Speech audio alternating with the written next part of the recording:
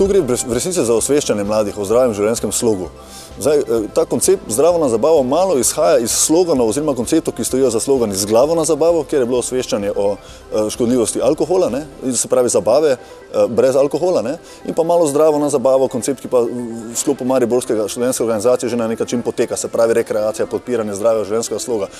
Mi smo to združili oziroma nadgradili, seveda smo uporabili malo ta slogan, saj mislim, da se to lahko privoščimo kot nevladniki oziroma kot eno družbeno odgovorno dejavnost, ki je seveda neprofitna. Za tem konceptom v bistvu gre za nek način vzgajanje mladih, kako priti do nekega zadovoljstva potom rekreativne dejavnosti in potem kako se zabavati brez škodljivih substanc. Se pravi, vemo, da se pri konzumiranju škodljivih substanc sproščajo razni, recimo, da se v bistvu sproščajo hormoni in receptori se nadgrajujejo z recimo dopamin, endorfin in tako naprej, adrenalin podobni kot pri rekreativni dejavnosti. Ne. Se pravi, to probamo združiti in to združujemo v konceptu zdravo na zabavo jutranjih dogodkov. Seveda je na nek način lažje promovirati dogodke brez škodljivih substanc v jutranjem času, gre hkrati za neko vstopnico v dnevne dejavnosti, za neko prebujanje.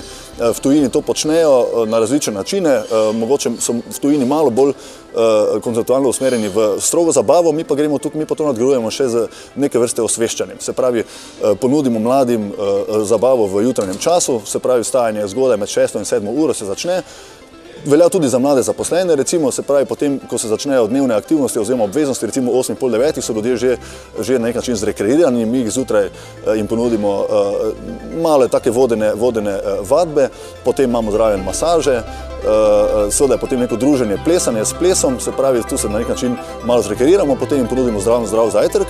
Tukaj smo tudi malo okoljsko usmerjeni, se pravi, skrbimo, da so to lokalni pridelovalci oziroma ponudniki prehrane oziroma sestavin in surovin, se pravi, ne vem, jogurti, polnozrnat kruh, vse, kar se v lokalnem okolju lahko dobi, tako da promoviramo še te na nek način nizkoogljično družbo, no, na nek način promoviramo. Želimo si čim manj škodljivih substanc, kot so alkohol, cigareti, se pravi, potem pri zabavah vemo, da se tudi koristi veliko nekih, da rečem, lahkih in tudi trših drog, kakšnih tabletk in tega, se pravi, to je zabava brez vseh teh substanc, ki omogoča na nek način enako kvalitetno preživljanje in druženje v prostem času. Večinoma smo sodelovali zdaj za študentsko organizacijo, tu v smislu teh dogodkov, ki že obstajajo, gremo bolj v osveščanje. Se pravi, na podoben način kot druge organizacije, recimo na področju drog, mi to počnemo na področju alkohola in tobaka, se pravi, tobačnih izdelkov. Pač osveščamo, probamo biti nevsiljivi, probamo v glavnem osveščati z neko določeno distanco in ponuditi alternative. Alternativa so seveda naši dogodki, na nek način, če hočemo prevzeti malo, da rečem, to sceno in dobiti širši vpliv, moramo tudi sami organizirati, potem imamo tudi malo večji vpliv na sam potek dogajanja in tudi močnejšo sporočilnost. Tako da vsekako smo prisotni tudi na drugih dogodkih, ampak ne v tako velikem obsegu, kot bi mogoče lahko bili, če bi se ukvarjali mogoče še z drugimi substancami. Mladi so malo drugačni, kot so bili včasih. Vse odziv tistih, ki pridejo, je pozitiven. Samo jaz bi bolj rekel, da se ne trudimo prepričevati prepričanih, to so tisti, ki pridejo, so na nek način še prepričani. Bolj bi se želeli priti do tistih, ki ne pridejo. Se pravi, na ta način lažje pridemo do njih na teh prireditvah, kjer se dogaja vse mogoče stvari, tudi nezdrave, tam lažje pridemo do vseh teh, do katerih bi hteli priti.